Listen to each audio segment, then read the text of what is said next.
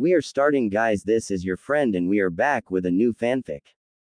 Which is What If Ino Fall in Love with Naruto and Married with Each Other Part 1. And if you enjoy this fanfic, then please press the like button and subscribe to my channel for more fanfic like this. And now let's start the fanfic. Prank gone wrong. Lounging on the veranda tiles, against the wall shadowed by the eaves of a 3-story building, 15-year-old Ino Yamanaka appeared to be doing nothing more sinister than killing time and enjoying shelter from the sun's heat. Nose lightly twitching to enjoy the daisies in the flower box, her head lay again. Her gaze slowly wandered from one point to the next as if she watched the crowd far below only to keep from falling asleep. This appearance was a carefully planned deception. If anyone could actually see she was there, they might have noticed that the dark color of her clothes blended into the wall almost entirely, making her invisible to the casual observer. Likewise, the wooden flower box she currently used as a pillow meant her blonde hair and pale face were also camouflaged. Combined with the gentle slope of the tiles underneath and her height, one would have to be an experienced jonin or ludicrously alert to discern her presence. Her target was laughably far from the first.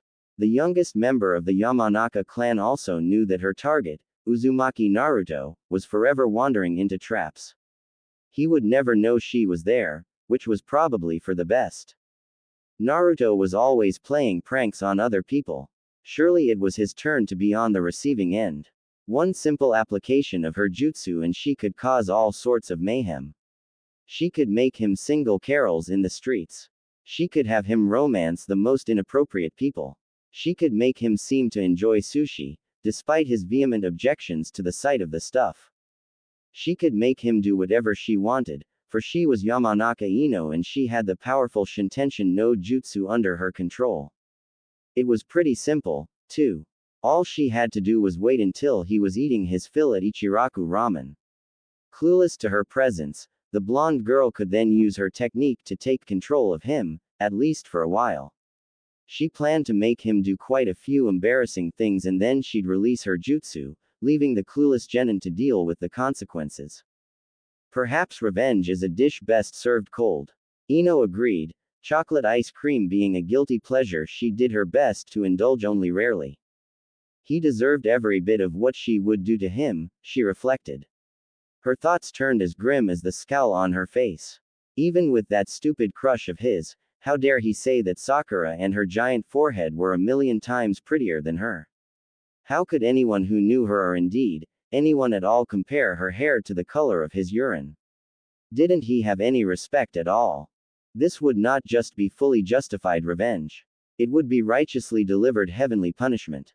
Other boys had compared her to an angel often enough. She felt justified in visiting this treatment on him. Anybody who so thoroughly disparaged the appearance of any woman could expect nothing less. Noting that Naruto was not currently occupying one of Ikikuru Ramen's stools, Ino settled in for a bit of a wait. One could rely on the orange-clad youth to proclaim the inevitability of being a Hokage any time he thought it necessary. It was almost a certainty that he would go to outrageous lengths to prove himself to his comrades, ignoring the theoretical superiority of the most dangerous foes to find that minute grip on victory. To think that the blonde would ever eat anything over Ikikuru Ramen unless he had no choice was as alien a thought as any his comrades had ever had. The silver-eyed girl smiled to herself. She could be patient. Fresh from his training with Kakashi-sensei, Naruto could only focus on the gnawing hunger in his empty stomach. Despite the miasma of delicious scents attempting to pull him to the various stands from which they wafted, the youth resolutely continued to walk. Only the best would do after such a hard day's work. Ikikuru Ramen was his destination. No yakitori skewers, however tasty, could deflect his resolve. Naruto waved to Choji as his friend sat in one of the booths. He shook his head to turn down the offer of the seat across from the portly ninja.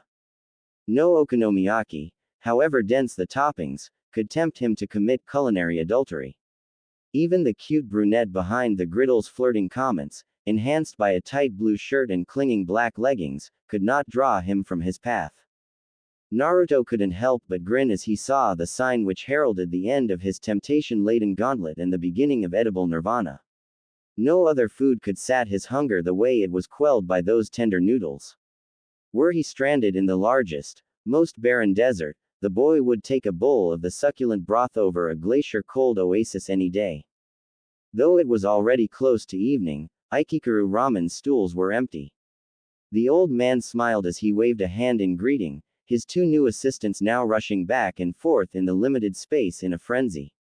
Both young men knew how many different things went into a Naruto special and dreaded the alarming decimation about to be visited on their ingredients. The young man's arrival also explained the absence of other customers. No other resident of Konoha ate at the restaurant when Naruto did, and housing the Kyuubi caused none of this aversion. The fact that Naruto commanded the old man's attention and depleted nearly all of the ingredients meant that whenever the blonde was around, the service was much worse and the variety unusually limited. With an enthusiastic greeting for the gray-haired owner, the blue-eyed ninja sat down in his favorite stool at the center of the stand. His first bowl of the Naruto special was always the best. His palate was clear, his anticipation heightened by the span of time since he'd last ate the owner's edible opus. However, the orange-clad genin never took the time to pause and appreciate that first bowl. The second was always just a fraction less sumptuous than the first. Why wait when more was available? He'd already slurped down his third bowl as Iruka-sensei arrived, sliding onto the stool to Naruto's left and grinning. The Chunin teacher sat next to his favorite student, ordering his own meal and taking a moment to ponder the incredible change in strength of the once-time worst student. Neither Iruka nor Naruto had a clue that the younger ninja was in social peril. The Chunin and Genin both failed to sense the blonde girl currently targeting the ramen binging youth. Ooh. His posture was completely relaxed, head thrown back as he tilted his bowl to slurp the last dregs of broth in his bowl. His shoulders shook as Iruka turned his head to the young ninja, the blonde's booming laughter loud enough to reach the kunoichi where she lounged in concealment. Whatever her former classmate said in reply wasn't loud enough to carry up to the girl, though Iruka's resulting laughter matched Naruto's for volume. For a moment, Ino hesitated. This moment of joy was one of those moments she imagined the boy treasured most. Guilt nipped at the edges of her vengeance-fueled determination as she felt a strange desire not to intrude. It was one thing to cause the boy some embarrassment. It would be terrible and cruel to steal a time of happiness from him. More than he deserved for his comments. She would find him again when Iruka wasn't around, when the joy in initiating her vengeance wouldn't be marred by the specter of guilt. Her decision to leave was quickly countermanded by a flood of anger which washed away guilt as Naruto made a fist at the back of his head and pulled it back, as if indicating a ponytail. The fuming girl distinctly heard the boy say, "P," in between bouts of chuckling. Her conscience was ignored as her hands flashed in a series of seals, ending with fingers contorting to form a heart. Ino grimly smiled as she watched Naruto through her fingers. It would begin with a visit to Tamari, staying at the guest lodge. That would draw the ire of both the girl's brothers and Shikamaru as well. Then a couple visits to places the boy had sworn he'd never eat. Perhaps even a prank on Sakura. The cute blonde boy would learn, very soon, not to mess with a Yamanaka. Shintenshin no jutsu, she whispered, feeling the numbness hit her body as her spirit vacated. Chakra fused with the separation of her consciousness to form a wild rush through the air as she bored directly into Naruto's body, hitting with no more force than a slight tap. She felt the familiar tingle in foreign extremities as Naruto's body became her puppet. Then the feeling changed. A force slammed into her from all directions, an unstoppable avalanche, blanking all thought. Control over the boy's body was ripped from her in the same moment. She felt herself falling. Hitting the ground in a smooth crouch, she found herself looking through large steel bars at a room built of rusted metal sheets crudely fastened to an unseen structure. Ice-cold water deep enough to chill her calves flooded the floor, making the echoing plip of dripping water much louder than it might have been otherwise. The only exit seemed to be a darkened hallway on the other side of the room, just through the bars. What the hell? Well, it looks like I get to eat now, too, a voice murmured from behind her, so loud and deep she felt the vibrations deep in her chest. Ino turned to see large eyes, red irises dancing wildly. A great deal of teeth then emerged from the darkness in a smile, each as large as she was. She realized she was in this thing's cage, and that the great steel bars were the prison. Her stomach dropped. She was on the wrong side. A virgin, too, the great being roared, a snuffling sound emerging from the darkness. The inky black hiding the teeth widened into a smile, showing that what she thought had been a large mouth was small compared to the reality. I'll have to thank the brat. Ino tried to release her jutsu as those teeth opened. Even as she raised her hands to form the seal, Ino knew she was far too slow. Ooh. Both ninja eating at Ikikuru ramen paused, eyes dropping to orange-clad belly as a deep purring rumbled suddenly from Naruto's stomach.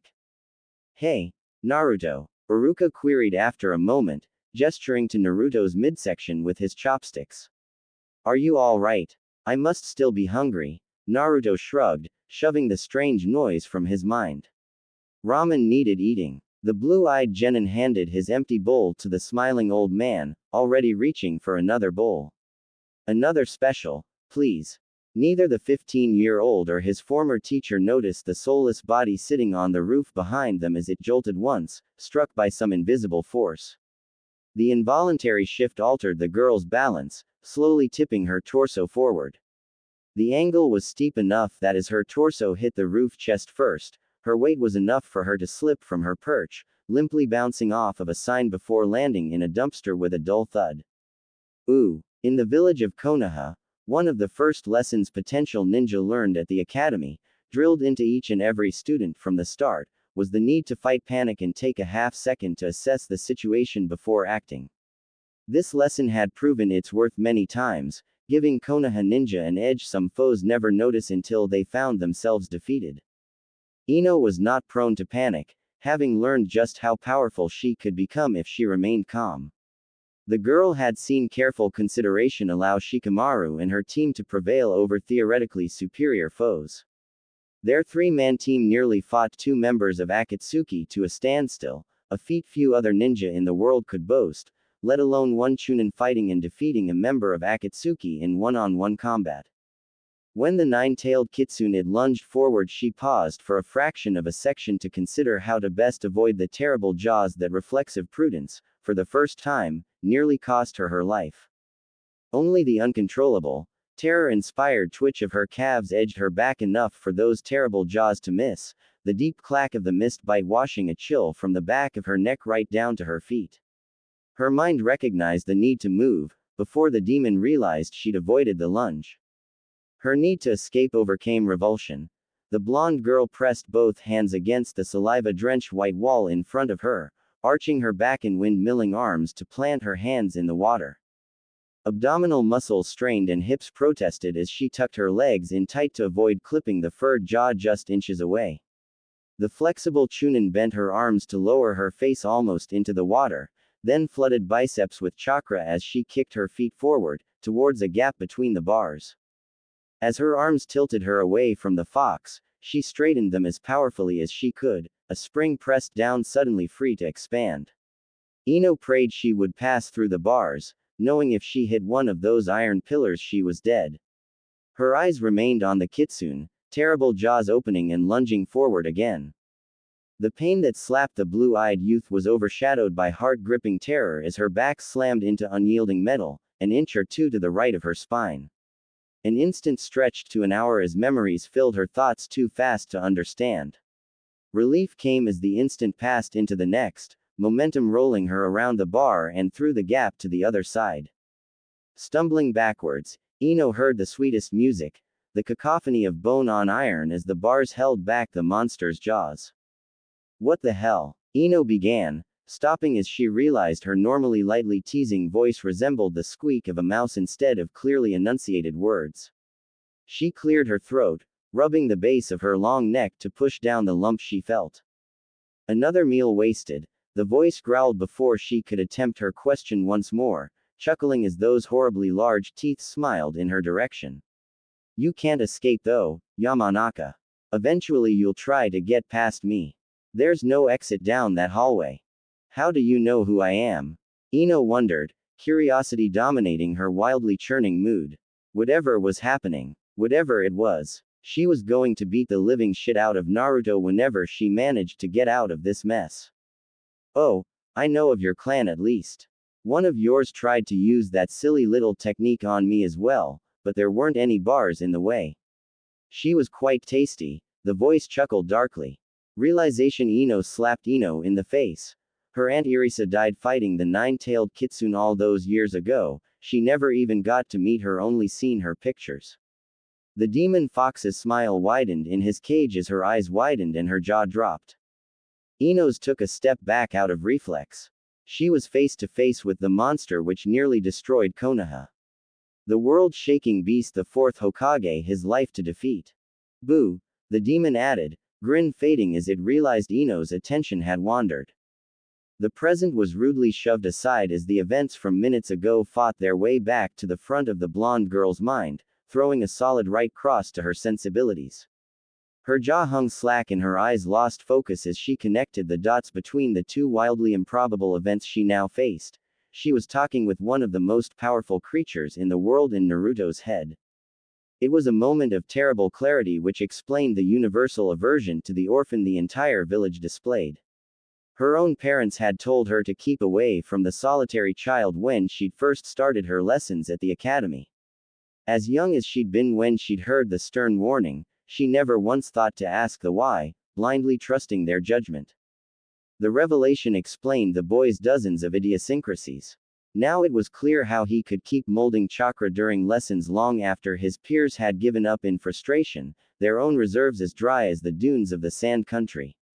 His savant-like skill in using the most high-classed, chakra-intensive jutsu now made a terrible kind of sense. It had to be because he somehow could access some of the huge amount of chakra she could feel. Now that she had calmed down, she could feel the terrible force of chakra from behind those bars. Even killing intent didn't compare to it. This is Naruto's mind, Ino whispered in disbelief, taking in the rusted metal of the young man's mind. No wonder she hadn't recognized the feel of a person's thoughts in this dark, terribly desolate place. Most people visualized their own minds in abstractions that were generally more peaceful. This had the homey feeling of an abandoned bunker, not like a cottage in the meadow or the beautiful palace which comprised the typical image of a person's mind. Not totally stupid, but not all that smart either, the fox grumbled, its claws again reaching forward to try to grasp the frightened girl through the metal bars which formed its seal. They dug into the ground, creating an earthquake as the fox dragged them back within the seal. Of course you're in his mind. You used that technique of yours, didn't you? This is just an abstraction of his mind which your tiny mortal brain can comprehend. Are you sure you don't want me to eat you? I might be doing you a favor. No, you can't eat me. Ino roared, irritation finally overcoming her initial fear of the rumbling beast. A shuriken from her belt pouch was hurled through the bars, though the eyes didn't even blink. Her mind was racing as she considered her options. How the hell was she going to get out of this? She glanced back down the hallway, considering it. The kitsune said there was no escape. Perhaps he was lying. I wouldn't, the monster fox taunted, the chuckling somehow more sinister than any sound she'd ever heard. The great monster's voice dripped dark enjoyment. The only thing you'll find down that corridor are his memories. There has to be a way out, Ino muttered to herself, unable to deny the urge to see what made the blonde genin tick.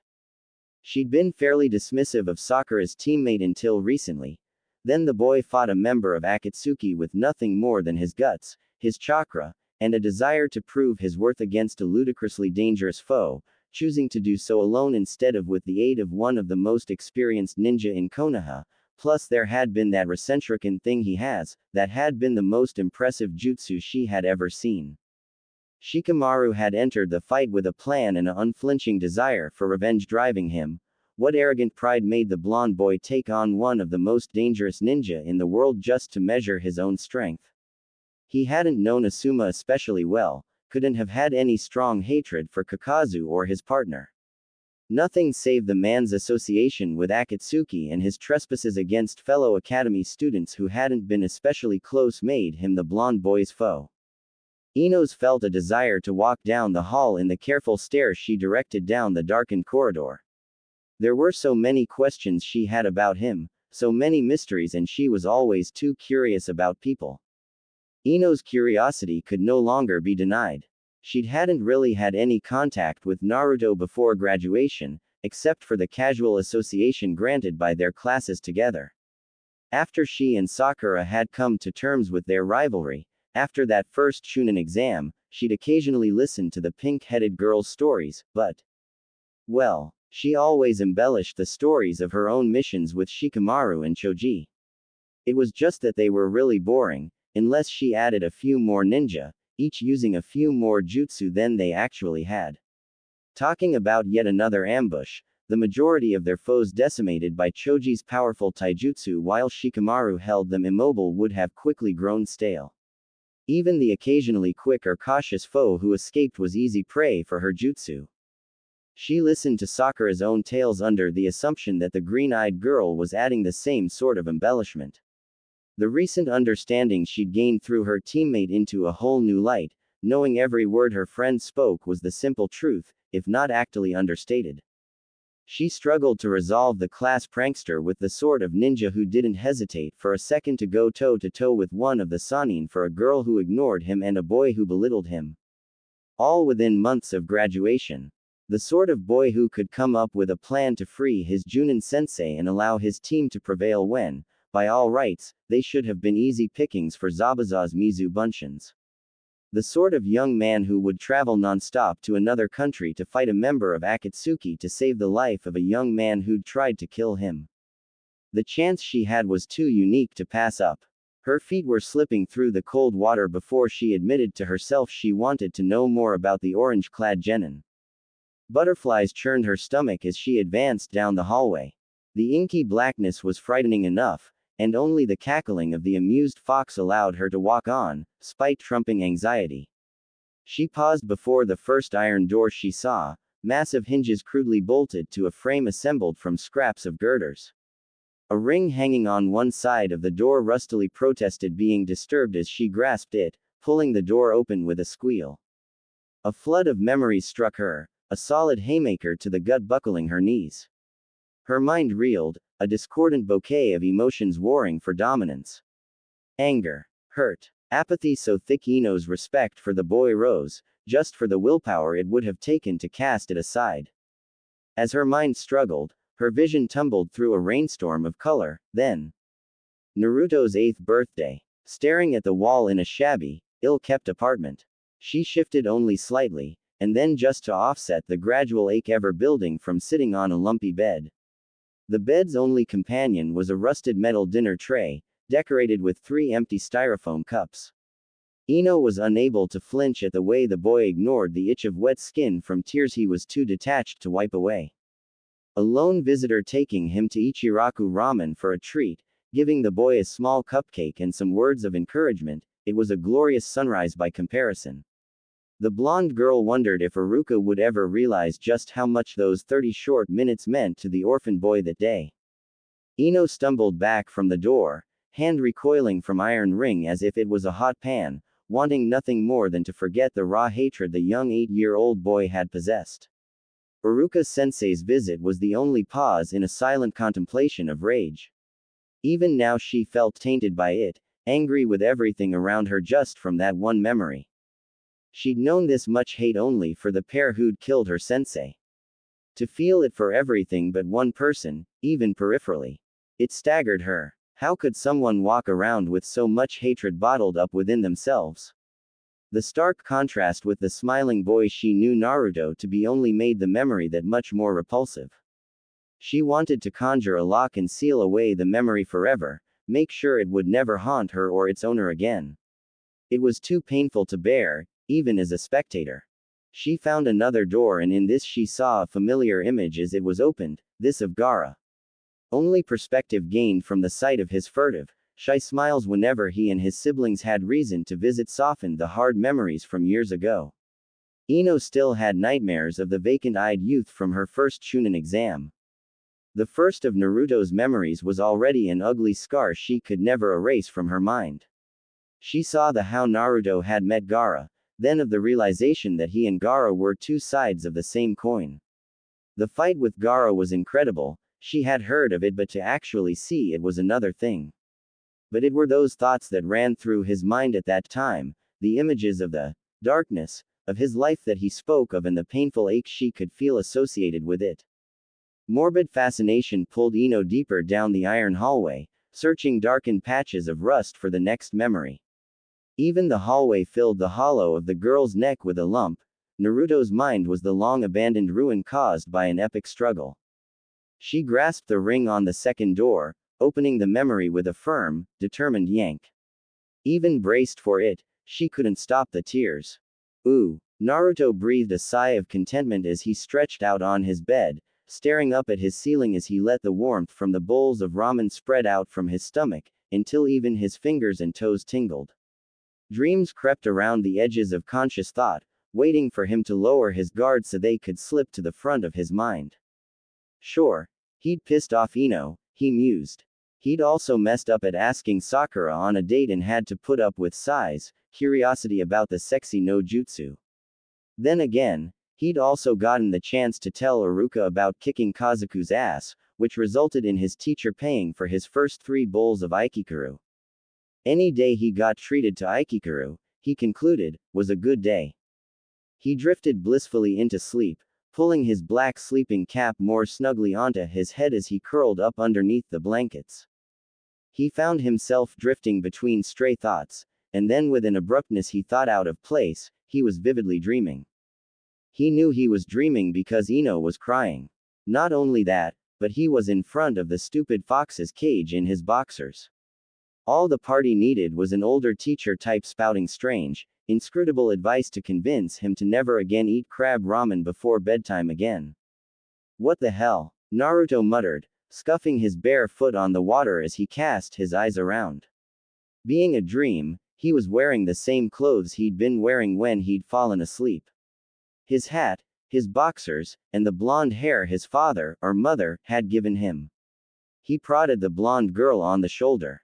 Oi, what's going on?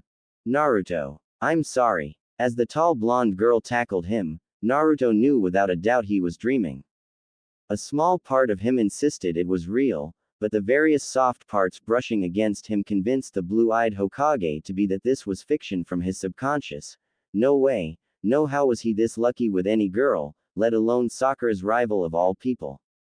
As if reading his thoughts, the fox chuckled as it watched him.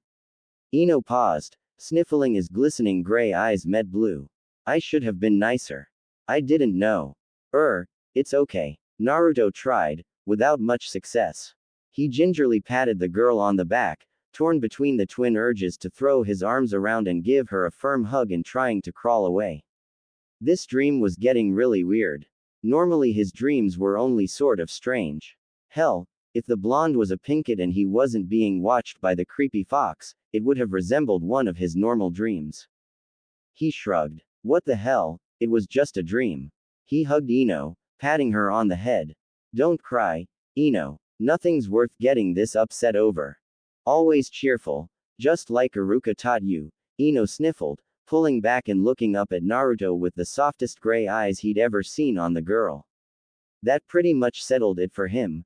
Nobody knew about his conversations with Iruka, not even Sakura or Sasuke, and the thought of softer kind being used in the same sentence with Yamanaka Ino, especially in regards to him.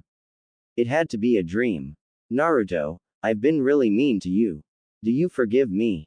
Of course. Naruto promised, thinking that this dream wasn't so bad after all. Now that he had a moment to consider it without being yelled at, Sakura's rival was fairly pretty in her own way.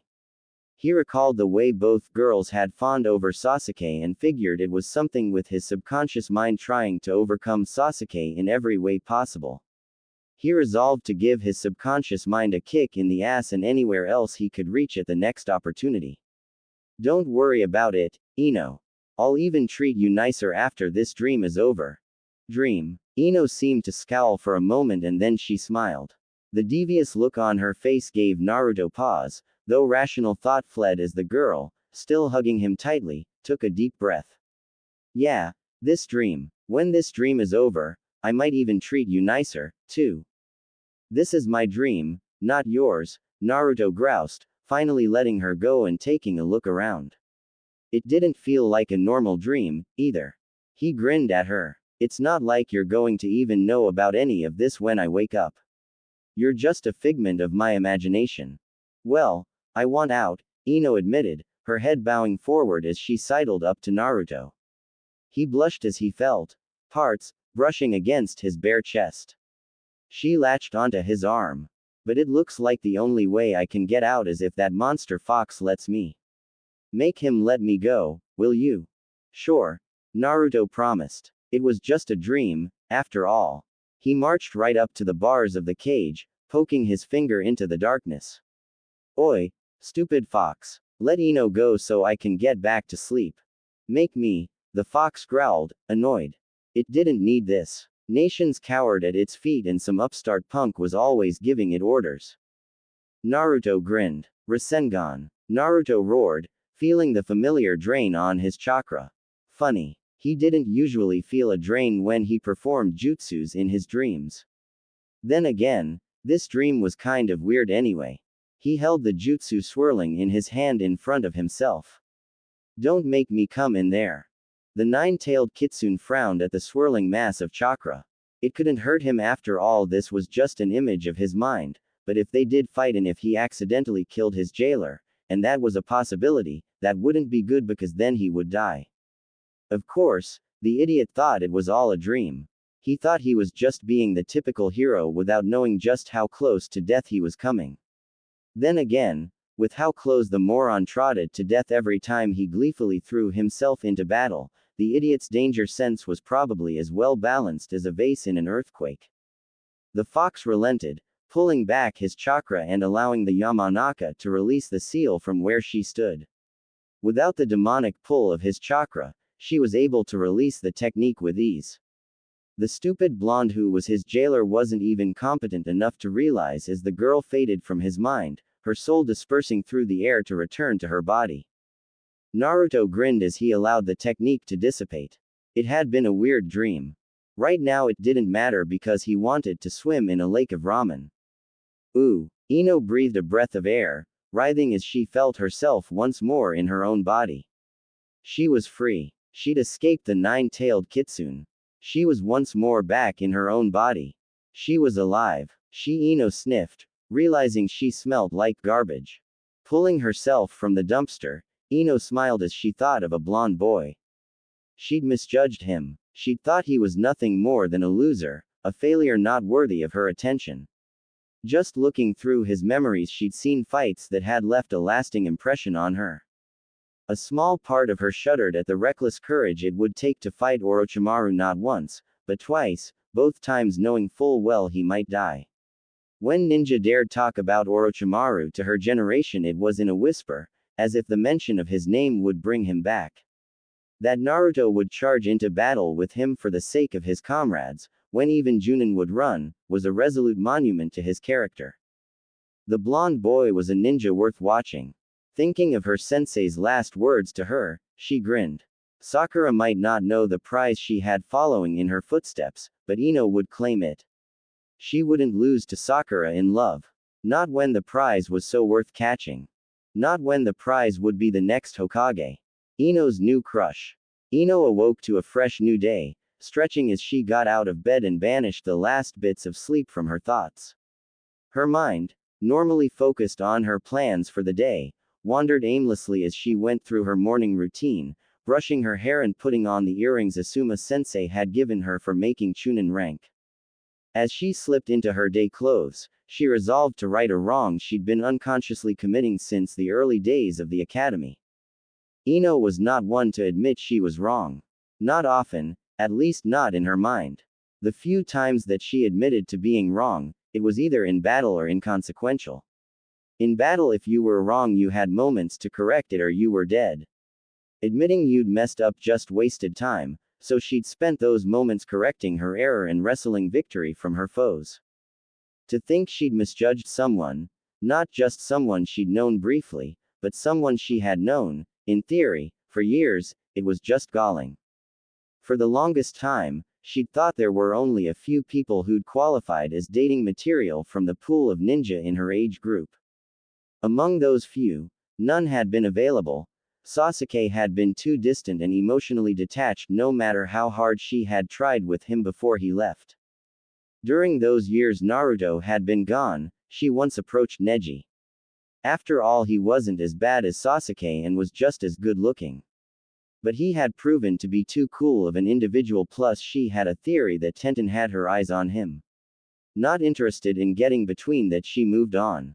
Even Sakura's new teammate Sai, while nice enough and thoroughly cute, ultimately proved himself a little too weird for her tastes as she got to know him. For the longest time she despaired of ever finding good boyfriend material. When her desperation had caused her eyes to turn briefly to her own teammates, Temari had very subtly bared her teeth and made her claim on Shikamaru quite clear. When she tried something with the Suna ninja had been with Shikamaru. Even if the Nara heir didn't realize it yet, he was as good as married. It was only a matter of time before the blonde Sand Kunoichi sprung her trap, and she was nearly as devious as the lazy boy himself. Choji was, well, Choji. Too much the little brother. She'd set him up with enough of her friends that dating him would have felt weird. Not to mention that he was a little too meaty for her tastes. Of course she dismissed Naruto, practically from the moment she'd met him. To be fair, she was just one of the many girls who had. Throughout the entire course of the academy, Naruto had been the worst student, overall. He'd only ever been a touch better than adequate at taijutsu and ninja tool use and was dead last in ninjutsu, genjutsu, and a multitude of written work. He was the class clown, spending more time and effort on jokes than on his schoolwork. Even Sakura, the young man's teammate, had dismissed him for the longest time. Ino couldn't recall Sakura mentioning the boy with praise without adding how far behind Sasuke he stood. Even after his 2.5-year absence, Sakura's praise for the blonde boy was sparsely given, though it had become qualified by circumstance less and less with each day. Then again, Ino had learned a lot from her brief jaunt through his mind. Though many memories were too old or too fractured to get more than a brief impression of the events, and others were hazy visions seen through dense fog, she'd seen everything from the boy's own eyes, unembellished by his ego or underplayed by his teammates. Seeing was enough. She was impressed, beyond impressed even. Although it was widely known that Naruto had been the one to beat Gaara, she had actually seen what had happened. It disproved a popular theory about what she had thought had happened when Sasuke had chased the Sand Nin from the stadium. As she thought how it happened, Sasuke had chased Gaara and his siblings from the stadium. Naruto, Shikamaru, and Sakura followed as support, during which Shikamaru dropped back to foil the pursuit. When Naruto and Sakura caught up, they neutralized Gaara's sister while she thought that Sasuke had played a much bigger part. That was what she had believed. It was the only explanation that made any sense at the time. Then she'd seen Naruto save Sasuke and Sakura from death at the hands of the Sand Ninja and match the terribly powerful youth blow for blow. Even seeing it from the blonde's eyes, she was hard-pressed to resolve the resolute youth with the Naruto she knew. Any time she'd seen Naruto create hundreds shadow clones, it sent a shiver through her at the thought of the chakra expenditure it would take. She'd experimented with the shadow clones once, and trying to create a few dozen had given her a whole new respect for Naruto, even years ago. That his fight with Neji was the gentle foothills and not the sky-obscuring peak of his ability was mind-boggling. Her limit was perhaps a dozen. Beyond that, her clones would lack the chakra to move, let alone fight effectively. Then there were his more fantastical fights. The ones Sakura had never even hinted at, the ones he had never boasted of himself. His fights with Orochimaru, with Kabuto, with other foes she would have been frightened to consider fighting with her team at her side, never mind alone. She was sure that if she lived to serve Konoha for another century, she would not face half as many desperate battles as the blonde boy had already seen. The thought that Tsunade of all people had been forced to rely on Naruto to protect her, however briefly, was supremely shocking. The Hokage was supposed to be an infallibly strong ninja, an example for all other ninja in the village to use as a model for improvement. The Hokage wasn't supposed to be a terrified woman relying on a genin to protect her. It went a long way towards explaining the fifth Hokage's unwavering confidence in the young man. She had even seen the second fight with Orochimaru on the bridge, although she hadn't seen all of it as pieces were missing. The length he went to made her worry about him. He was willing to go to those lengths to fulfill a promise he made years ago. Even going after Gaara's body just to even get it back from that blonde guy with the explosive clay. She knew now why Naruto felt such a strong bond with Gaara as well. She could finally admit to herself that she'd misjudged the boy very badly. Having dismissed Naruto before, she'd missed the signs which were so obvious to her. Now she was astonished she could have missed them, as loud and obvious as they were. He exuded a warm confidence she dismissed as brash arrogance. She had never before considered that his firm belief in his ability to defeat almost any foe could be a genuine belief. After a myriad of fights scattered across dozens of countries, it was a chilling realization to find that the only time the blonde ninja had ever backed down from any ninja was for the safety of his comrades, not himself. She'd thought he was just trying to fit in by saying that he'd fight for those he believed in. She hadn't believed that anyone could have such a big heart. She'd thought the orange-clad genin knew Hinata far better than he actually did, for all his passion in confronting Neji during that eventful first Chunin exam. That his standing up for her and fighting Neji because of what the boy had done just because Naruto thought it was wrong. He apparently had no idea of Hinata's crush on the boy. Ino had seen it and knew it for what it was too bad the girl had always been too shy. It was a mistake that Ino wouldn't make, she wouldn't pass up the chance. Now she knew, having seen just how eager he was to put a will of fire behind his often dismissed promises of friendship. She knew that if it came down to standing between an army and a friend, Naruto would stand in front of that army with a cocky grin. He would do so without giving the matter a second thought, or even a first one. He would charge into that army with nothing more than a disbelief that anyone would have the brazen temerity to actually stand in his way, as if their defeat was a certainty. She started to see him in a new light now. On the inside he was warm, had the biggest heart in the world. Sure he had faults, but looking at them now, she found them somewhat cute. Plus he had grown up in this time away. He was taller than her now, plus with all the baby fat gone he looked so much more handsome now. Her mind made up, it was time to get things into action. She slipped into the kitchen, returning her father's grin with one of her own as she opened the door separating her mother's shop from the family home. Her mother's raised eyebrow was studiously ignored as Ino grabbed 3 specific blooms and slipped outside. She had new prey to catch. Ooh. Ino's first order of business was her rival, Sakura. She was almost willing to pursue Naruto regardless of their friendship, given what she'd learned during the eventful evening she'd had just last night. She was honest enough with herself to admit she'd much prefer to clear things with the girl first and find out where the pink-haired girl stood with the blonde genin. If they were just friends, so much the better. Losing Sakura once had been painful enough, she didn't want to repeat mistakes of the past. That haunting fear was the reason Ino found herself drifting into the Konoha hospital. While she was a fully trained medic nin, she was by no means on the same level as the pinkett she was searching for. Ino had only passed the basic courses, not the more advanced ones. She was adequate as a medical ninja, good enough to heal wounds in the middle of combat. She was not good enough to warrant pulling duty at the hospital while not on a mission. Passing half-exhausted medics as she wound through the halls, Ino mused that perhaps, mastery of a skill wasn't everything. Every medic nin she passed seemed to have become trapped by their skill. Their time for practice of taijutsu or other ninjutsu seemed to wane as the demands on their skill in healing increased, turning what was once merely a specialty into the exclusive use of their talents. Then again, Sakura was the exception as her physical combat skills were above hers in ways she couldn't hope to get close to. She sighed at that point. She remembered when she used to be stronger.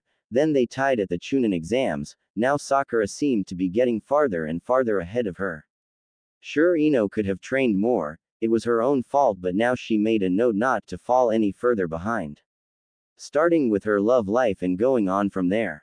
It didn't take her long to find her friend, eyes closed in uncharacteristic serenity as she paused for a brief moment over tea in the break room in between checking on her patients. Her green eyes opened as Ino stepped lightly into the room. Ino. Sakura was surprised, Ino noted, and with good reason. Ino rarely showed up at the hospital to visit, preferring to see Sakura during her off hours. Hi, Sakura, Ino said, pouring herself some tea from the staff kettle. She sat down on a nearby bench, suddenly nervous as she searched for words. While this was Sakura of all people, Ino knew that bubblegum-haired girl held a definite advantage with Naruto. Not only was she the girl Naruto had been crushing on for the last 4 years, but she was his teammate. She'd been there for him during the roughest of times, shared in some of his most desperate battles. This was a girl Naruto had fought earth-shaking battles for, the girl Naruto for whom had faced Orochimaru without a trace of hesitation. A girl who could have the blonde boy's heart for nothing more than the effort of voicing the request. For a moment she wavered in thinking she might have a chance, but it soon passed. She wouldn't run from any challenge anymore. What's up, Ino? Sakura finally asked, seeming to grow impatient. Ino remembered the girl was on duty. The break Ino was interrupting was probably scheduled to end in a handful of minutes. I had an encounter with Naruto yesterday, Ino finally said, tossing aside her worries plunging forward. While she didn't want to spill everything to her friend, she needed to at least get on to the topic quickly. Has he always been so open? Naruto? Sakura asked, blinking. She idly sipped her tea as she thought. Well, I suppose he has. It's kind of hard to take him seriously sometimes, but he's consistent. Steady. He's childish a lot of the time, but he always pulls through in the end. So you trust him? Ino pushed, wanting to know more. She didn't want to tip her hand, and was thankful Sakura was too distracted by the questions to push deeper into Ino's motives. Of course, he's my best male friend after all, Sakura finally answered, and Ino breathed an inner sigh of relief. Male friend that was not someone you dated. She was in the clear, at least for now. Sakura grinned to herself, giving Ino the impression she was being ignored as those green eyes wandered somewhere distant, adding, but then sometimes he seems so strong, so sure of himself. Other times, he's almost fragile. Quote. Sakura frowned a bit remembering how she had learned his terrible secret. How he contained the 9 tails after that battle on the bridge. To see him all burned up like that had been horrible. He didn't remember hurting her and she would never tell him that.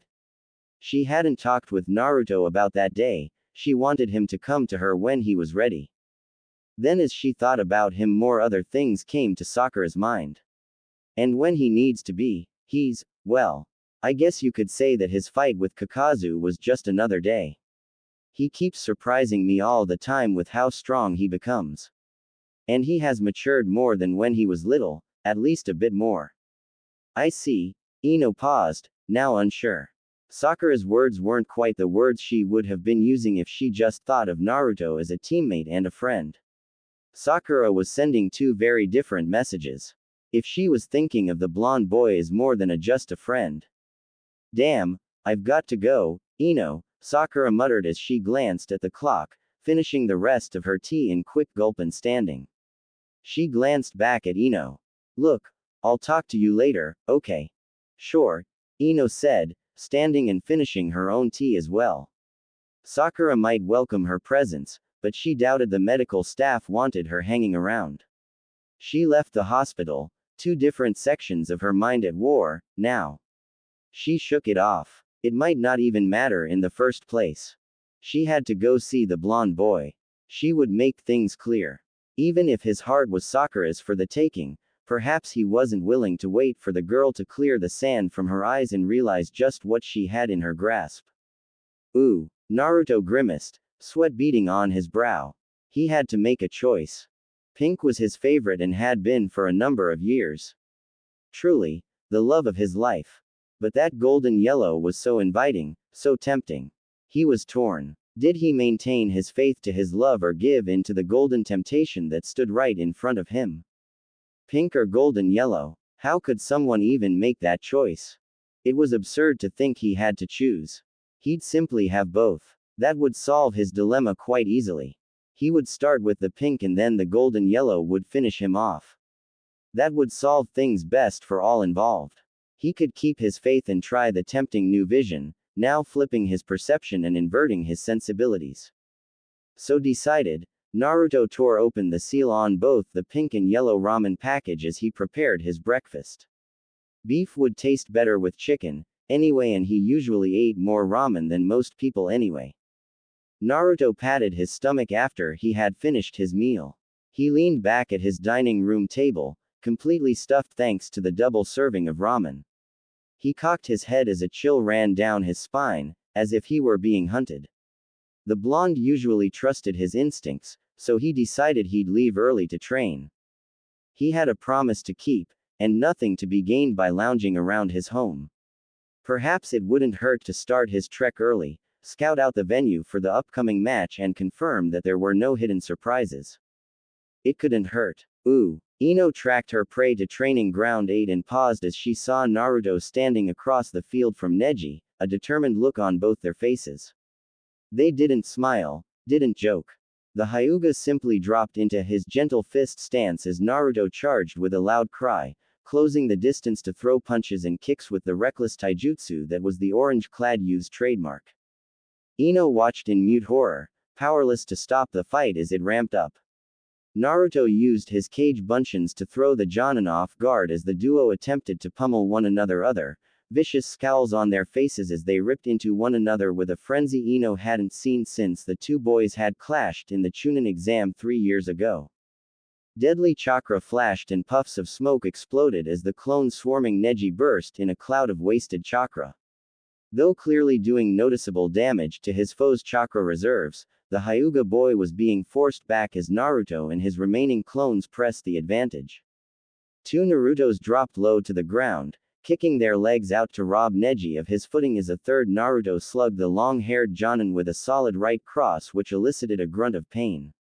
That quickly transformed into a smirk of victory as one of the white-eyed boy's legs touched the ground, allowing him to torque his body into a deadly spin of released chakra, Kaden, the ultimate defensive technique of the Hyuga clan. Naruto tumbled through the air, twisting and landing on his feet as his less fortunate clones hit the dirt and exploded from the impact. The blonde grinned as he formed a seal, summoning more clones to his aid. Clones, is that all you're capable of, Naruto? Neji taunted, plucking a pair of kunai from his ninja tool pouch and hurling them towards the small army amassed in front of him. He was unsurprised to see his two targets vanish in a puff of smoke. Who needs more to deal with you? All of the Narutos demanded at once, an identical grin coming to their faces at exactly the same time. The closest blonde pointed one finger at his foe. I didn't need to use anything else to beat you, before. Arrogant, Neji muttered, charging into the mass of clones with a grin. Ino sat in the tree, trying not to blink as the two ninja, Genin and Jonin, clashed. Neither seemed capable of gaining a significant advantage. Neji was able to nullify the most devastating of Naruto's attacks, while the blonde ninja seemed to possess the superhuman ability to replace lost clones at whim, ignoring the potentially crippling chakra cost without a heavy breath. It was a deadly balance. Ino watched in horror as blood sprayed from Naruto's back, followed by Neji's hand as it pierced the boy's body.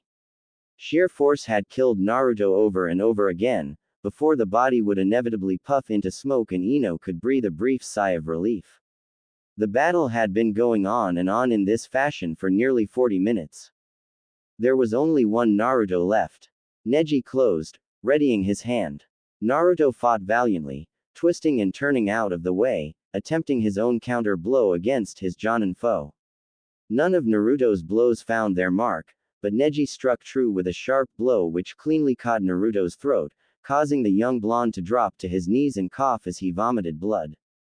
Neji had killed Naruto. As Ino prepared to use her own jutsu to capture Neji, Naruto poofed out of existence as the sound of clapping filled the clearing.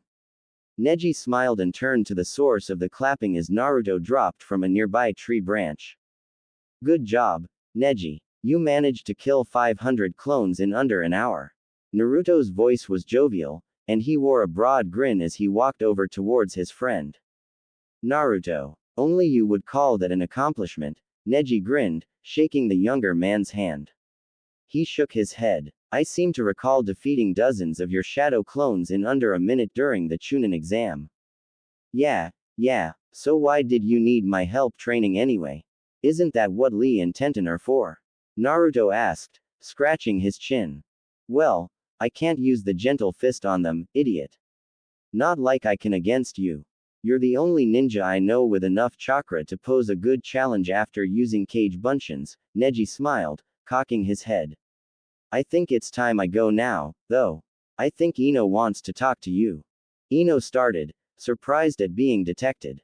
Then she remembered the Hyuga family's bloodline limit let them see nearly everything around them and also remembered that Neji had a ridiculously large range for his. He'd probably been keeping an eye on her since the fight started. She hopped down from the tree branch where she'd thought she was concealed and walked into the clearing. Take care, Neji, Naruto said, clapping the Jonin on the shoulder. As the Hyuga walked away, Naruto pointed a finger at him. And don't think this means you can beat me in a fight, now. That first shadow clone only had half my chakra. The older boy only raised his hand in a wave, not looking back. Then again, it's not like he needed to look back to see the grin on Naruto's face. So Ino, why are you here? Does the Hokage need to see me? Naruto pondered, his eyes squinting and his mouth pouting as he cocked his head to the side. Ino suddenly remembered why she'd misjudged Naruto, the look on his face was completely devoid of thought. No, Naruto, I was just wondering something. Indecision seized Ino in a vice grip. She'd never bothered to ask anyone on a date, ever. That simply wasn't the way it worked. Guys asked her for a date, and then she considered it. Asking a guy out herself was unprecedented. She might flirt with them, imply she wanted a date, but she never asked. Wondering what? Naruto's face was still tilted, his expression unchanging. It showed nothing of the Naruto Ino had seen in his memories. Nothing of the boy smart enough to fool a Jonin ninja in a mission to the land of waves, smart enough to fool Neji, smart enough to fool dozens of other opponents. It was absolutely maddening. Well, Team 10 and I feel kind of bad that you were tricked into paying for our dinner like you did. Ino charged forward, her goal in sight. She put on her best smile. So we want to treat you to dinner to make up for it. Oh, okay. Oblivious, Ino's target agreed. She smiled to herself. Great. We'll see you at 7 at Amaguri, okay? Ino asked, wincing slightly to herself. Amaguri was a relatively expensive restaurant, not the sort of place her teammates would normally frequent. Of course, it would be easier to convince them to come up with excuses not to come that way. Ino's wince turned to a smile. Sure, Naruto said, confused. Sure, he'd treated them to dinner once, but it hadn't been that expensive, even with Choji. It wasn't really that big a deal, especially compared to how much Asuma-sensei's teachings had advanced him along the path to his new jutsu. Ino disappeared almost in a flash, hurrying home to make preparations for tonight's dinner. Behind her, she left a very confused Naruto. Mere hours after a bloody battle with Neji, Naruto found himself faced with a far more daunting challenge, searching for acceptable clothing for the gathering with Team 10 at a fancy restaurant the blonde never would have set foot in normally. After Ino had asked him along, he had ran into Sakura and told her that Team 10 was going to take out Team 7. Sakura was surprised but said she would track down Sai, while Naruto took a shower. He was after all a bit dirty and sweaty from that training. Of course he hadn't known that Ino had only meant to ask him, not his team. He thought since all of Team 10 was going, all his team was as well, it made sense to him at least. Naruto knew enough about the Amaguri that he knew he needed to dress properly. Opting for a simple, vibrantly red water country shirt he'd picked up while journeying with Jiraiya, Naruto nervously did up the golden-colored ties which served as the front of the shirt before pulling a pair of loose black slacks from his wardrobe. He tied the pants off at his ankles using the plain black ties, standing up to take in the effect. With the black slippers, it wasn't too bad. In fact, He looked kinda dashing. Like the hero in a martial arts story he'd once read as a kid. He smiled at the overall effect. Aside from his unruly blonde hair, an ever-defiant mass which refused to bend before the tyranny of either comb or brush, he looked every part the gentleman. With a lovely lady at his side he'd even pass for good company. The blonde boy fiddled with the stiff cuffs of the shirt, playing with the golden-hued pegs. Glancing in the mirror a second time, he was tempted to find something a little less refined, now that he thought about it. Perhaps he was overdressed. He didn't want to look like an idiot if Shikamaru showed up in a Chunin vest. Then again, the lazy bastard managed to look cool in the outfit. Naruto dreaded the day he'd wear it. Naruto's meandering thoughts were interrupted by a knock at his apartment door. The lovely lady who would give the rest of Konoha the illusion that he was socially passable. Sorry, Naruto. Sai had something to do and couldn't make it tonight. So I guess it's just going to be the two of us with Team 10 for dinner tonight. Sakura smiled weakly, apologetic. Naruto waved off her concerns, instead focusing on the enchanting effect her refined blue dress had on her figure. It was demure, without making her look old. The blue was even a light enough shade not to clash with the pink of her hair, currently combed and curled out at the ends in a rare defiance of her vow to stop caring for her looks in preference to caring for her ninjutsu. Don't worry, Sakura-chan, Naruto said with a smile. He stepped out of his apartment, locking the door behind him with a click. Pocketing his keys, he smiled at the pinkett. Even if the 6 is reduced to 5, it's fine. But, does Ino know you've invited your team with you to dinner? Sakura asked, her eyes wide. Ino had offered to pay for Naruto, not the rest of his team. Some unconscious part of the green-eyed girl told her that the invitation hadn't been meant for herself or Sai. Some other part yelled defiance at the first, certain coming was a good idea. It's my treat tonight, Sakura, Naruto grinned, patting the deep pockets of his black pants. The welcome bulge of Gamashin rested comfortably in the pocket, waiting to be spent. Kakazu had had quite the bounty on his own head. When he got back and Tsunade had presented him with the cash, he had been surprised. It was a nice bonus besides helping to avenge Asuma. He didn't know him as well as Team 10 but he had liked him. Dinner tonight for you is my treat. I'm just happy that our two teams can sit down for a nice dinner and relax. He told her smiling brightly. Ooh. Having disposed of Choji and Shikamaru for the night, Ino made her way to Amaguri with a broad smile on her face. She had told them that she had plans for the night which was fine with them. Choji was working on some family jutsu training. Ever since Asuma died he had been pushing himself a bit more lately. Shikamaru had just shrugged it off, saying it was fine with him. She knew that he would be too lazy to really care and was most likely just going to play shogi with his dad or something. The plan was really simple. By showing up by herself, she could just claim that Shikamaru and Choji had had other plans, which they did but might have dropped them if she told them the truth. So now she would be left alone with Naruto for the evening and would be able to work her charms on him with ease. It was the perfect plan. She couldn't know it, but walking towards Amaguri, both Naruto and Sakura sneezed. Ooh. Ino waited for her meal to arrive, glaring at her rival. The pink-haired girl, dressed in a totally gaudy, unflattering blue dress at least in her opinion sat across the small table from her. The way the golden threading of the dress was shaped, it was meant to look classy while drawing attention to the wearer's bust. Why did Naruto have to invite her along? Why the hell would she even come along? She sipped her tea as she considered the evil blue-clad creature, who was giving her a smug look in turn. She knew, of course. The small smile on her face was trying to be coy about it but Sakura's entire posture screamed personal satisfaction. Sakura sipped her ice water as she idly tapped her fingers on the table, trying to smother the grin fighting its way to her face. So that's how it was. While she was pissed off that this blonde hussy would try to move in on her teammate under her nose, she was greatly satisfied that she'd been lucky enough to be invited along. She knew the story about Choji and Shikamaru canceling last minute was a lie. It was the lamest excuse to get him alone. Who did that girl think she was? Especially wearing such a skanky black dress. The low-cut neckline plunged dangerously, loosely covered by translucent silk. The high cut of her dress, mid-thigh, was likewise rendered decent only by the stockings. It was like she wasn't wearing anything at all.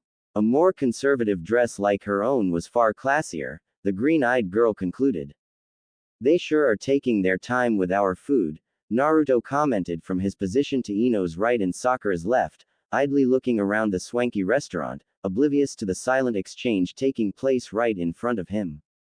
The focus of his attention was on the gnawing hunger in his belly and the pressure slightly below that. Sakura, how was work? You're looking tired tonight, Ino mentioned, smiling at the barb. Subtle enough to pass unnoticed beneath the blonde boy's eyes, yet still cut the blue-garbed medic nin. Sakura's eyes were strained, her lower eyelids ever so slightly dark from too many late nights at the hospital. Completely unlike her own well-rested eyes, unmarred by lack of sleep. I'm fine, Ino. Though you've seen a little too much sun, Sakura grinned, reveling in her own alabaster skin when compared to Ino's almost orange hue. Working in the hospital like she did, she was able to maintain a nice, pale complexion, allowing her pale hair to complement her pale skin. Ino's own sun-darkened hue clashed with her hair. Oh, no. This is just the result of going on too many missions recently. Oh, that's right, Sakura. You're so busy at the hospital you don't really get too many missions these days, do you? Ino switched tactics, throwing her foe's lack of experience in her face. Naruto still wasn't paying attention, so she knew she could up her game. She paused, almost in thought. How is your practice going? Have you learned any new jutsu? I've learned plenty, Ino.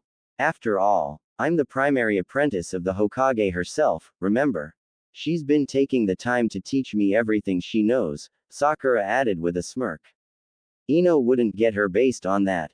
Being the Hokage's apprentice, she had certain advantages.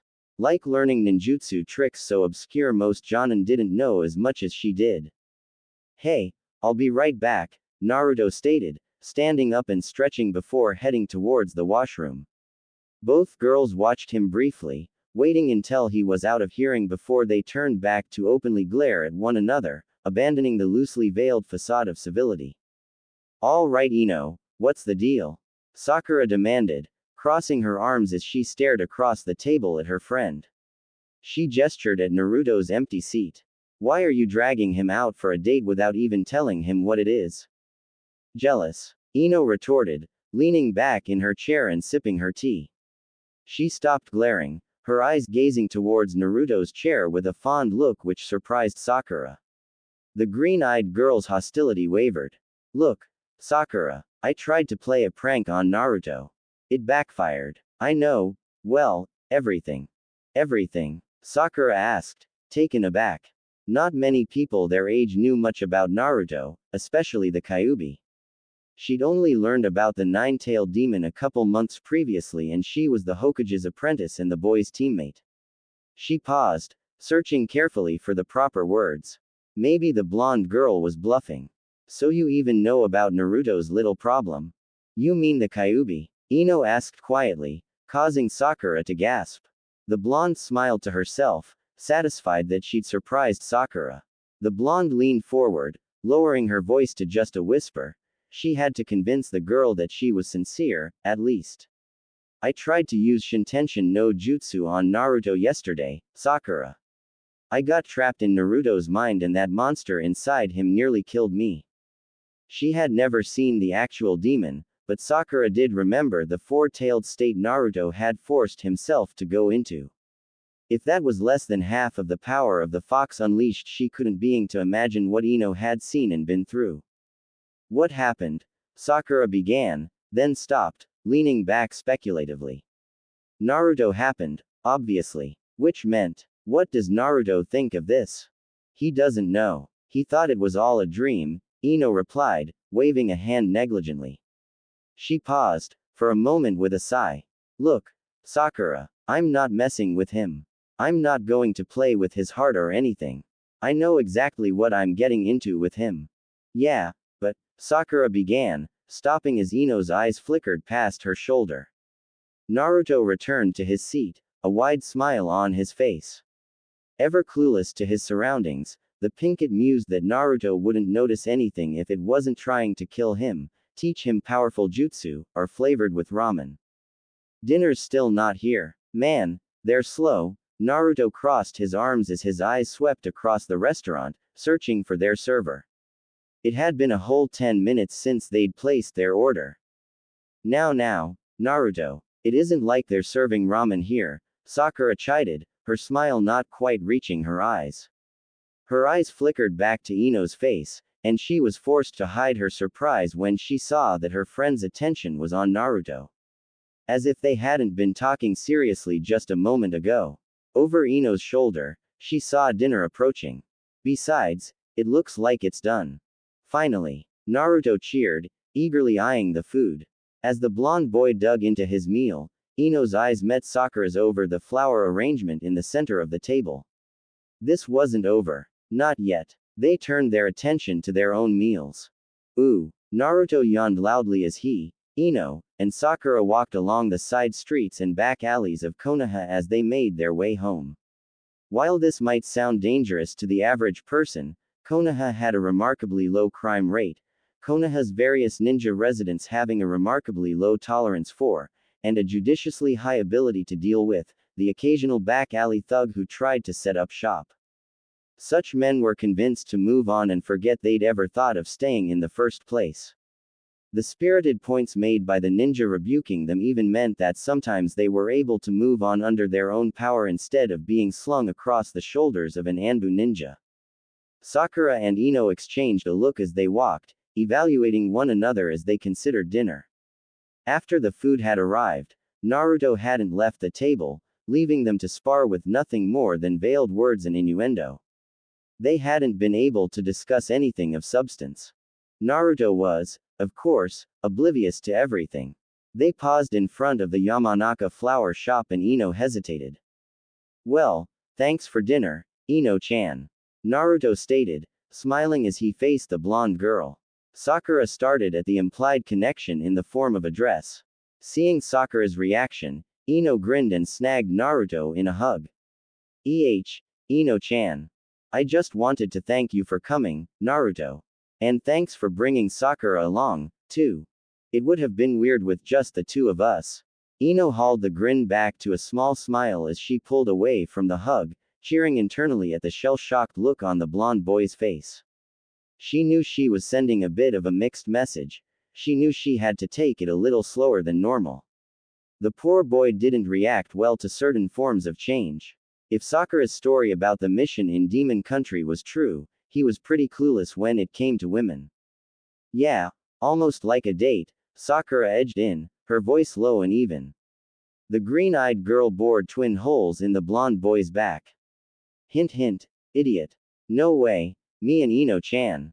Naruto chuckled, turning to look at his teammate, and thus missing Ino sticking out her tongue at the pink-haired girl. He shook his head, turning back to the other blonde in their trio. That's just crazy. Ino winced at that. That was pretty harsh thing to say to a girl. Okay, sure, he didn't know how she felt, but still, ouch. Yeah, you're right. That is crazy, Sakura said, taking advantage of Naruto's turn back to lash back with a grin of her own at her old friend. The blue-eyed girl's smile barely changed, just a slight tightening of the eyes. Good night, Ino. Good night, Sakura, Ino replied, entering the flower shop and closing the door behind her. As tempting as it was to follow the pair as Naruto walked Sakura to her house, the blonde girl knew she'd already pressed her luck enough for one night.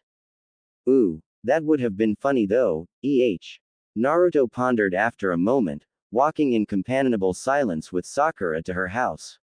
While it wasn't on the way, strictly speaking, it wasn't in the opposite direction, either. What? Sakura asked, her train of thought derailed by Naruto's sudden question. Ino and me on a date? That would have been funny, right? Naruto repeated, scratching his chin and glancing up at the stars above. He continued, not noticing the emotionless mask his companion's face was becoming at the sight of his small smile. I mean, Why would a girl like Ino date a guy like me? Sakura saw the smile on his face, but lately she had noticed when he was forcing those smiles out. Is that was he really thought that no woman would want to date him? Thinking back that she was the only girl he had asked out and all the rejections made her feel really bad at the moment. Of course she had agreed to one when he first got back, but it hadn't been anything special. Was it because of all those rejections she had given him that made him think no woman would want him? Or was he afraid no one would accept him with a demon inside of him? Sakura's face turned slightly sad at the thought of Naruto all alone. She knew he had been like that as a kid. But she had been too consumed like all the girls with Sasuke to really take notice of anyone else. Looking back, Naruto had changed a lot since he was a child. He was more mature and yet kept his childlike abilities. He was sweet and kind. He was also a lot stronger than you'd expect. He knew the Rasengan and also completed it, something the fourth could never do. He always was surprising and he was never boring. The truth is, lately she had been thinking differently about him. Maybe she had matured as well since his time away. Naruto, you shouldn't think that, she told him, seeing his confused face. Trust me, you're really a good guy. Any girl would be lucky to have someone like you. So I don't ever want to hear something negative like that about you, understood? Naruto blinked a moment, but then he really did smile. It felt nice hearing something like that coming from her. Man, she's a lot nicer to me since we were little. I think I like this Sakura better. Too bad she most likely still likes Sasuke. I will keep my promise to bring him back and we can all be together again. I just wished she liked me more. As they walked on, he was rethinking that joke about dating Ino. Would someone like Ino like him? She was pretty, and he always did like how her hair covered part of her face. It gave his mysterious look. She had also filled out a bit more since he had been gone and no longer wore all those bandages. Was Sakura right that any girl would be lucky to have him? The door to her house arrived far too quickly for Sakura. Resolving not to let Ino upstage her, Sakura hugged her teammate as well, drawing a huge blush and sputtered questions which reaffirmed her belief in his affection. As the door to her home clicked shut, she went up to her room. She sat on her bed as she thought back over the last little while. Why did she wanting to keep up with Ino in this? Was it because she was a bit overprotective of her teammate? That she didn't want anyone to take Naruto away again? She had missed him when he had been gone. Those 2.5 years seemed empty without him around. For the first few months she kept expecting to see his bright and smiling face. Or was Naruto more than just a friend? She thought long and hard about her feelings for Naruto, and she had to admit maybe she did like him. He was the perfect guy when she thought about it. She had already stated all his good points. Sure, he was loud, stubborn, a little naive, and maybe a bit perverted. But she liked those parts as well. That was what made Naruto, Naruto. All those times she had refused him, maybe she had been making a mistake.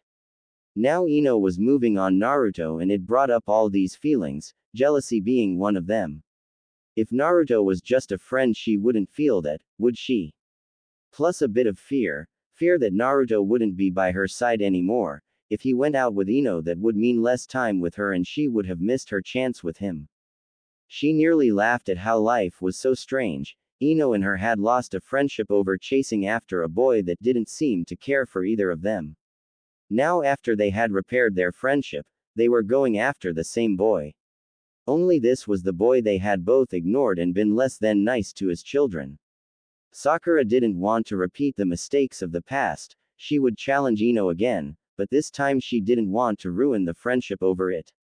And this time she also planned to win. She already had a head start with Naruto, or did she? When was the last time he asked her for a date? Now that she thought about it, she quickly realized that he hadn't in a while. A slight sliver of fear entered her heart. Did he stop asking because he had given up on her? If that was the case, she needed to fix that as soon as possible. Next day would be the first day in her battle for Naruto's heart. Meanwhile, Naruto was very confused as he walked back to his place. Both Ino and Sakura had hugged him. he couldn't remember girls wanting to do that to him before. Both felt very nice as well, having them press up against him and wrap their arms around him. Ino smelled of jasmine he noticed while Sakura had smelled like cherries. Both he had felt soft skin against him and the warmth of their bodies was really nice. Man, today has been weird, but I hope they do that again. Still, I wonder why they hugged me. Oh well, maybe they were just being more friendly. Both have been nicer to me since I got back, maybe they just wanted to be better friends. Naruto grinned to himself at how things had changed since he was a kid. He had good friends and the village was starting to respect him now.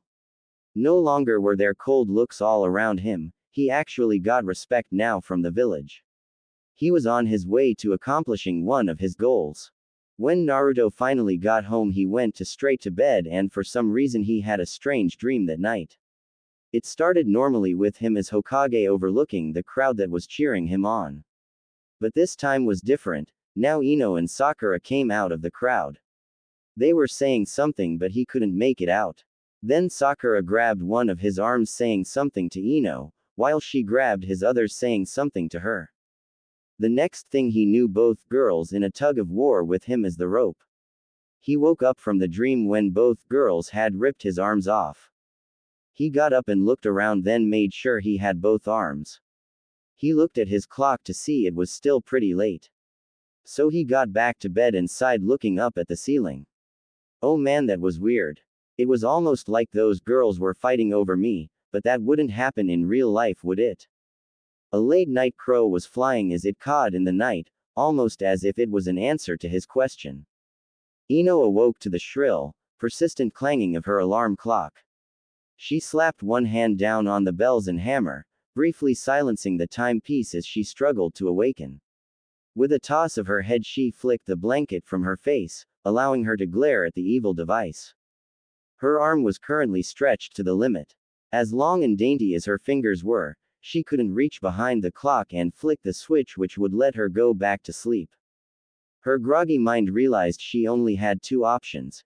She could let go of the bell and hammers so that she could flick the switch off, but doing so would create more noise. Her other method of attack required her to pull her arm from under her torso to reach behind the clock. Either would awaken her further and would banish the possibility of going back to sleep, even briefly. Of course, that was why she bought the thing in the first place. With the groan of the damned, Ino opted to spare her parents more noise, clutching the alarm clock's noisemakers firmly with one hand and turning the switch off with the other. Now sitting up in bed, Ino scowled at the clock and briefly considered hurling the thing out the window. Early morning pedestrians were spared a potential head injury as Ino set the alarm clock aside and opted instead to get ready. The Hokage had requested her presence this morning. While she wasn't Tsunade's apprentice, Ino had on occasion taken lessons from the older medic. This morning would be one of those lessons. The unusual hour was normal.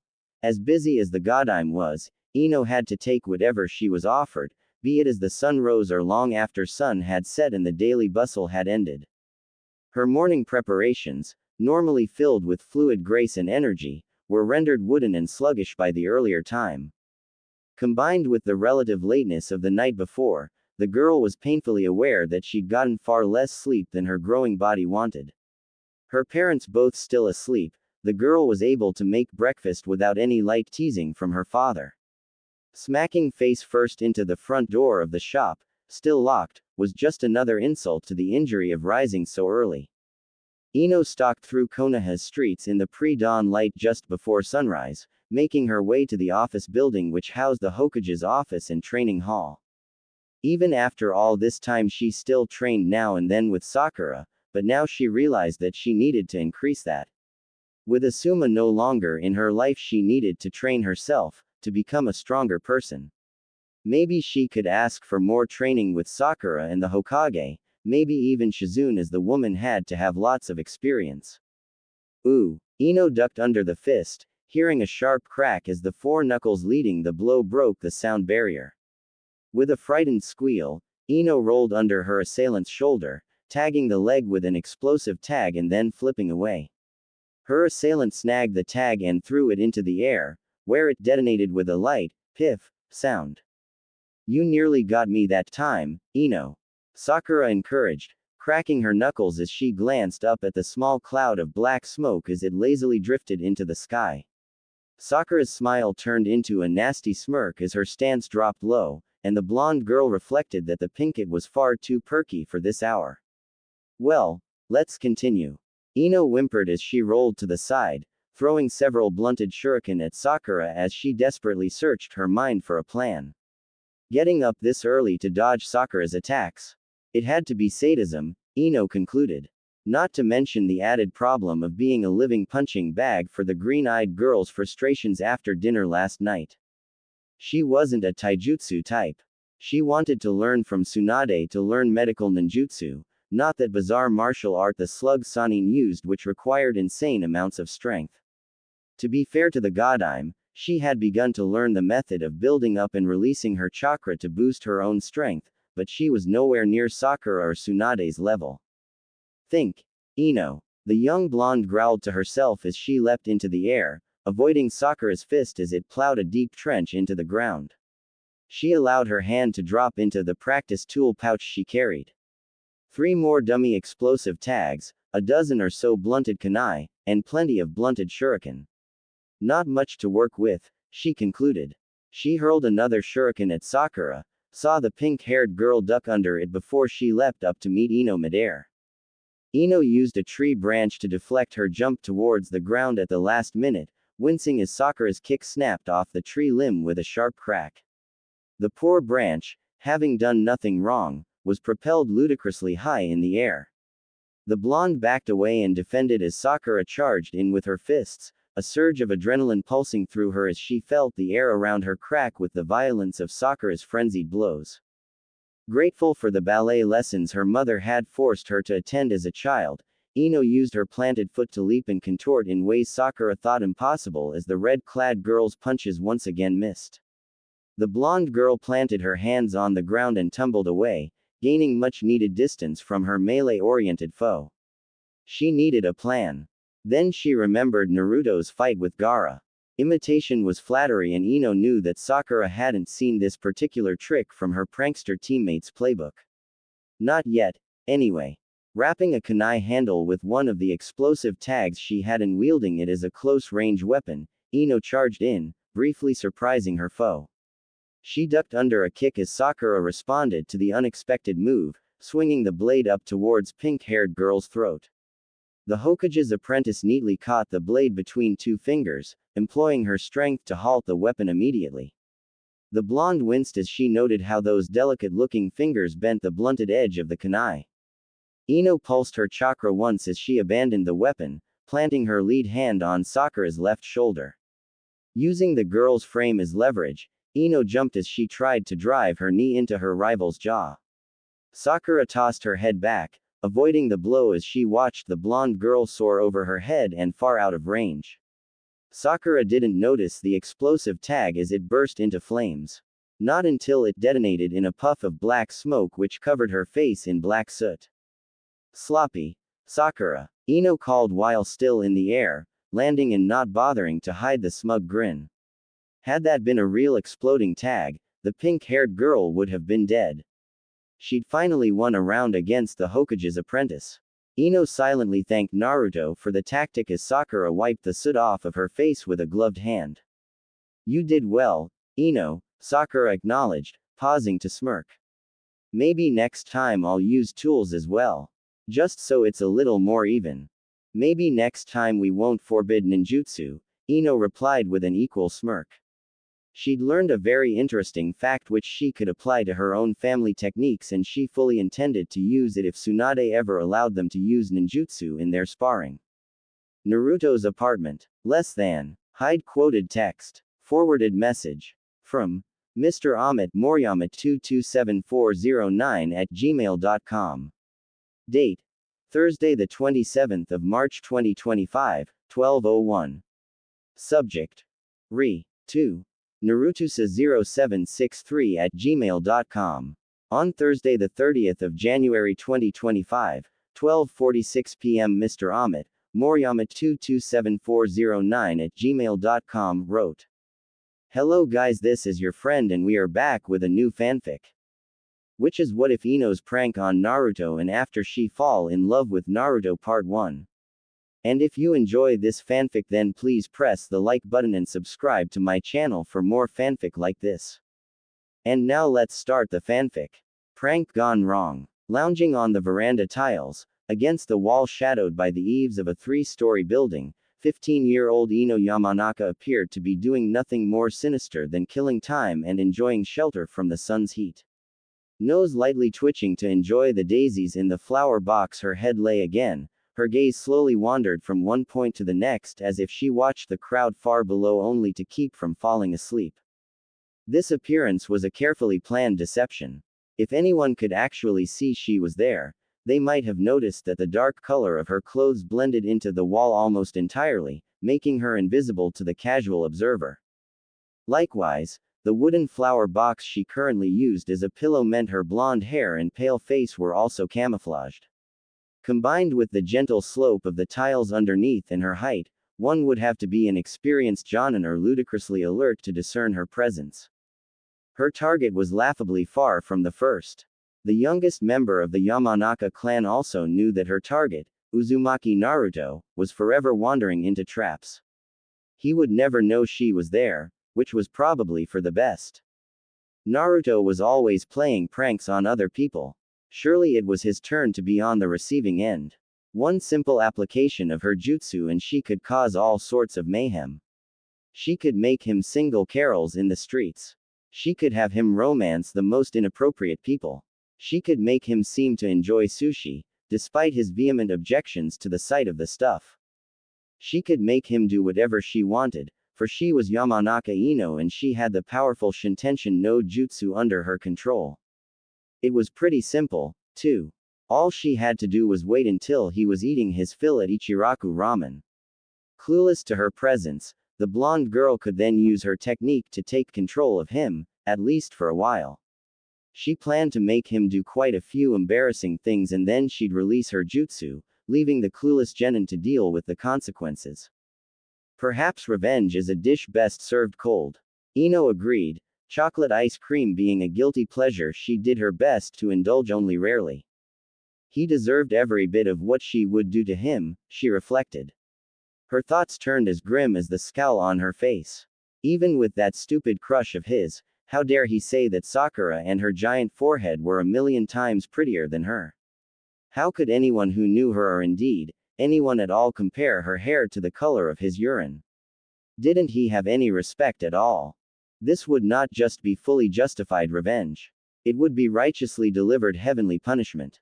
Other boys had compared her to an angel often enough she felt justified in visiting this treatment on him.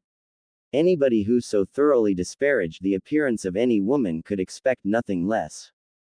Noting that Naruto was not currently occupying one of Ikikuru Ramen's stools, Ino settled in for a bit of a wait. One could rely on the orange-clad youth to proclaim the inevitability of being a Hokage any time he thought it necessary. It was almost a certainty that he would go to outrageous lengths to prove himself to his comrades, ignoring the theoretical superiority of the most dangerous foes to find that minute grip on victory. To think that the blonde would ever eat anything over Ikikuru Ramen unless he had no choice was as alien a thought as any his comrades had ever had. The silver-eyed girl smiled to herself. She could be patient. Fresh from his training with Kakashi-sensei, Naruto could only focus on the gnawing hunger in his empty stomach. Despite the miasma of delicious scents attempting to pull him to the various stands from which they wafted, the youth resolutely continued to walk. Only the best would do after such a hard day's work. Ikikuru Ramen was his destination. No yakitori skewers, however tasty, could deflect his resolve. Naruto waved to Choji as his friend sat in one of the booths. He shook his head to turn down the offer of the seat across from the portly ninja. No okonomiyaki, however dense the toppings, could tempt him to commit culinary adultery. Even the cute brunette behind the griddle's flirting comments, enhanced by a tight blue shirt and clinging black leggings, could not draw him from his path. Naruto couldn't help but grin as he saw the sign which heralded the end of his temptation-laden gauntlet and the beginning of edible nirvana. No other food could sat his hunger the way it was quelled by those tender noodles. Were he stranded in the largest, most barren desert, the boy would take a bowl of the succulent broth over a glacier-cold oasis any day. Though it was already close to evening, Ikikuru Ramen's stools were empty. The old man smiled as he waved a hand in greeting, his two new assistants now rushing back and forth in the limited space in a frenzy. Both young men knew how many different things went into a Naruto special and dreaded the alarming decimation about to be visited on their ingredients. The young man's arrival also explained the absence of other customers. No other resident of Konoha ate at the restaurant when Naruto did, and housing the Kyuubi caused none of this aversion. The fact that Naruto commanded the old man's attention and depleted nearly all of the ingredients meant that whenever the blonde was around, the service was much worse and the variety unusually limited. With an enthusiastic greeting for the gray-haired owner, the blue-eyed ninja sat down in his favorite stool at the center of the stand. His first bowl of the Naruto special was always the best. His palate was clear, his anticipation heightened by the span of time since he'd last ate the owner's edible opus. However, the orange-clad genin never took the time to pause and appreciate that first bowl. The second was always just a fraction less sumptuous than the first. Why wait when more was available? He'd already slurped down his third bowl as Iruka-sensei arrived, sliding onto the stool to Naruto's left and grinning. The Chunin teacher sat next to his favorite student, ordering his own meal and taking a moment to ponder the incredible change in strength of the once-time worst student. Neither Iruka nor Naruto had a clue that the younger ninja was in social peril. The Chunin and genin both failed to sense the blonde girl currently targeting the ramen binging youth. Ooh. His posture was completely relaxed, head thrown back as he tilted his bowl to slurp the last dregs of broth in his bowl. His shoulders shook as Iruka turned his head to the young ninja, the blonde's booming laughter loud enough to reach the kunoichi where she lounged in concealment. Whatever her former classmate said in reply wasn't loud enough to carry up to the girl, though Iruka's resulting laughter matched Naruto's for volume. For a moment, Ino hesitated. This moment of joy was one of those moments she imagined the boy treasured most. Guilt nipped at the edges of her vengeance-fueled determination as she felt a strange desire not to intrude. It was one thing to cause the boy some embarrassment. It would be terrible and cruel to steal a time of happiness from him. More than he deserved for his comments. She would find him again when Iruka wasn't around, when the joy in initiating her vengeance wouldn't be marred by the specter of guilt. Her decision to leave was quickly countermanded by a flood of anger which washed away guilt as Naruto made a fist at the back of his head and pulled it back, as if indicating a ponytail. The fuming girl distinctly heard the boy say, "P," in between bouts of chuckling. Her conscience was ignored as her hands flashed in a series of seals, ending with fingers contorting to form a heart. Ino grimly smiled as she watched Naruto through her fingers. It would begin with a visit to Tamari, staying at the guest lodge. That would draw the ire of both the girl's brothers and Shikamaru as well. Then a couple visits to places the boy had sworn he'd never eat. Perhaps even a prank on Sakura. The cute blonde boy would learn, very soon, not to mess with a Yamanaka. Shintenshin no jutsu, she whispered, feeling the numbness hit her body as her spirit vacated. Chakra fused with the separation of her consciousness to form a wild rush through the air as she bored directly into Naruto's body, hitting with no more force than a slight tap. She felt the familiar tingle in foreign extremities as Naruto's body became her puppet. Then the feeling changed. A force slammed into her from all directions, an unstoppable avalanche, blanking all thought. Control over the boy's body was ripped from her in the same moment. She felt herself falling. Hitting the ground in a smooth crouch, she found herself looking through large steel bars at a room built of rusted metal sheets crudely fastened to an unseen structure. Ice-cold water deep enough to chill her calves flooded the floor, making the echoing plip of dripping water much louder than it might have been otherwise. The only exit seemed to be a darkened hallway on the other side of the room, just through the bars. What the hell? Well, it looks like I get to eat now, too, a voice murmured from behind her, so loud and deep she felt the vibrations deep in her chest. Ino turned to see large eyes, red irises dancing wildly. A great deal of teeth then emerged from the darkness in a smile, each as large as she was. She realized she was in this thing's cage, and that the great steel bars were the prison. Her stomach dropped.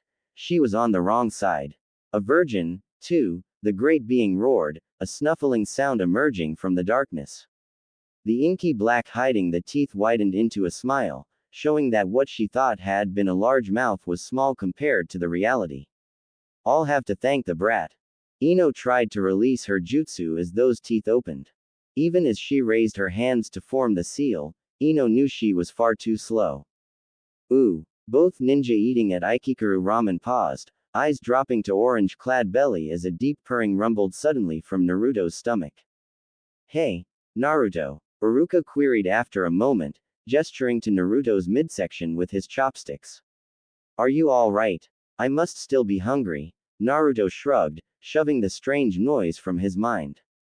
Ramen needed eating. The blue-eyed genin handed his empty bowl to the smiling old man, already reaching for another bowl.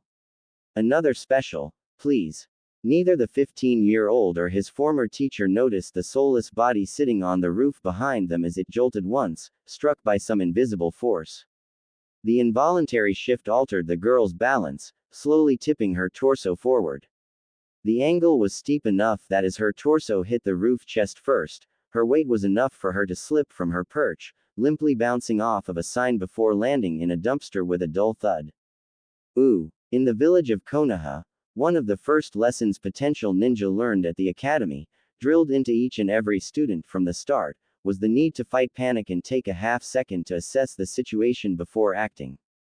This lesson had proven its worth many times, giving Konoha ninja an edge some foes never notice until they found themselves defeated. Ino was not prone to panic, having learned just how powerful she could become if she remained calm. The girl had seen careful consideration allow Shikamaru and her team to prevail over theoretically superior foes. Their three-man team nearly fought two members of Akatsuki to a standstill, a feat few other ninja in the world could boast, let alone one Chunin fighting and defeating a member of Akatsuki in one-on-one combat.